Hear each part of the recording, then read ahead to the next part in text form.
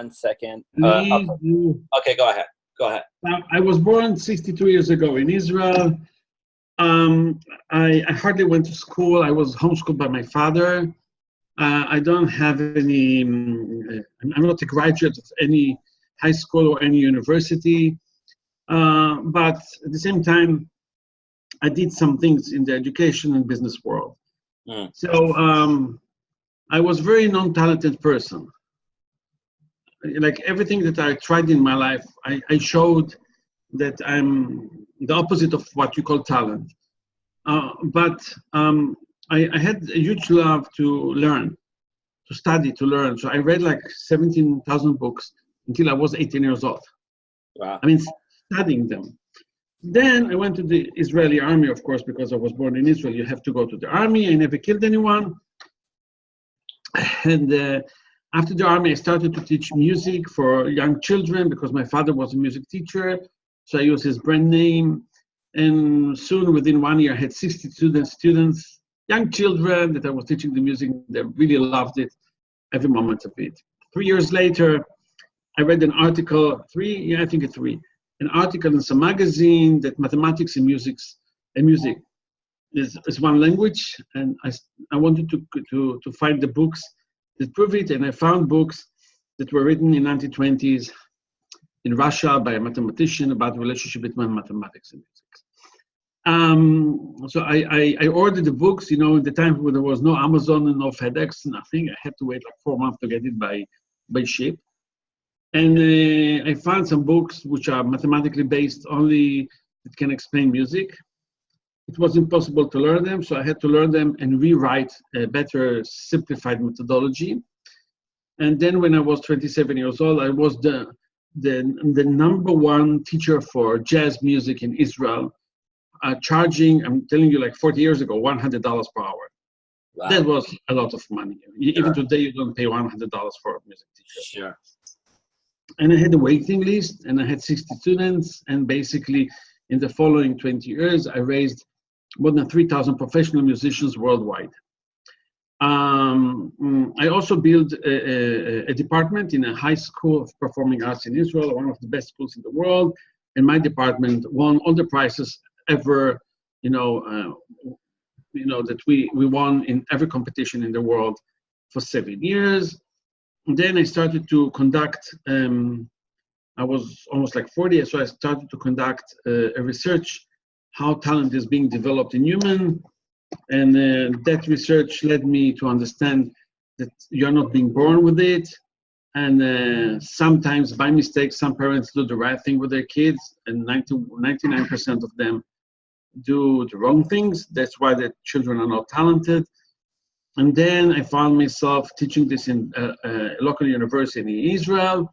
And then 3 other universities came, including MIT, and I was teaching it everywhere, talking about, talent development. And then I was hired by Disney to work with the people who innovated the rides, in the theme park. And I worked with them for 2 years. Then I worked for 2 years in School of Competitive Intelligence in Boston. It's being called Fooled. I was teaching competition between companies. I worked with AstraZeneca and Boeing and other companies. Then I went back to Israel, and I was asked to help to build a company. It's like T-Mobile company, which is being called Orange in Europe. It's a huge one. I built their offices, the headquarters of Israel. We got to 1 million clients in less than a year because of my innovation abilities. So I received a nice pack of money for doing this work. And then I started to be hired by big companies like Microsoft. And I became, I don't know, some kind of a consultant, trainer, coach, whatever. I don't know how to call it.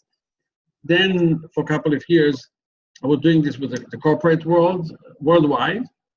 And then I found myself starting to work with the Israeli startup industry and helping some companies to exit and, helping them to build their companies. And in the meanwhile, I built a school for career development. a school for entrepreneurs, a school for rock music, and that's it basically. These are the schools that I've built. After a couple of years, I closed all of them, besides one of them that was sold. All the rest of them I couldn't sell because it was my name and they needed me in there. So I was not able to exit them. And I found myself 2 years ago, after working with companies in Silicon Valley, in the Israeli startup industry, running around the world, teaching, lecturing. 2 years ago, I found myself in the Czech Republic for a weekend with my daughter because I wanted just to drink some beer and enjoy my life. Mm. And suddenly, I fell in love with the city, Prague, and I brought Maya over here. Maya. Mm-hmm. And so we have kids in Israel because Maya has kids in Israel. So Maya is traveling back and forth because they're staying with their father and with my daughter, alternatively, and Maya is flying back, from Prague to Israel, Israel to Prague all the time to be with the kids.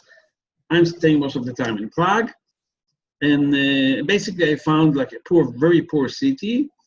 And I decided to help the city. I built an NGO. I invested $250,000 in the NGO, donated basically, and started to rebuild the education system here.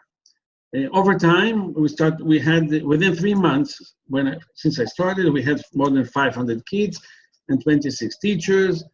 Today, a year later, we have an enormous number of success stories, which are unbelievable. Okay?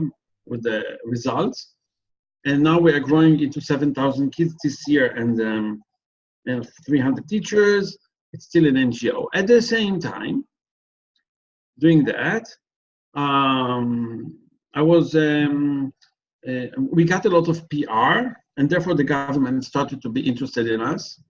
So the government wants to support the growth into 1.5 million kids. So I have to train like maybe 15,000 teachers here. But I have a team and I have teachers now, so it's fine. I don't have to invest too much time on it. There's material that should be transcribed from all the courses into around 200 or 250 books about my system. Each book will be probably 150 pages. So there's a lot of books that can be created from it and a lot of content out of it. And then I was asked to come and speak some big events like European Commission, and I'm invited to the White House in 2 months. And suddenly people see that the answer we have in education, you cannot find anywhere.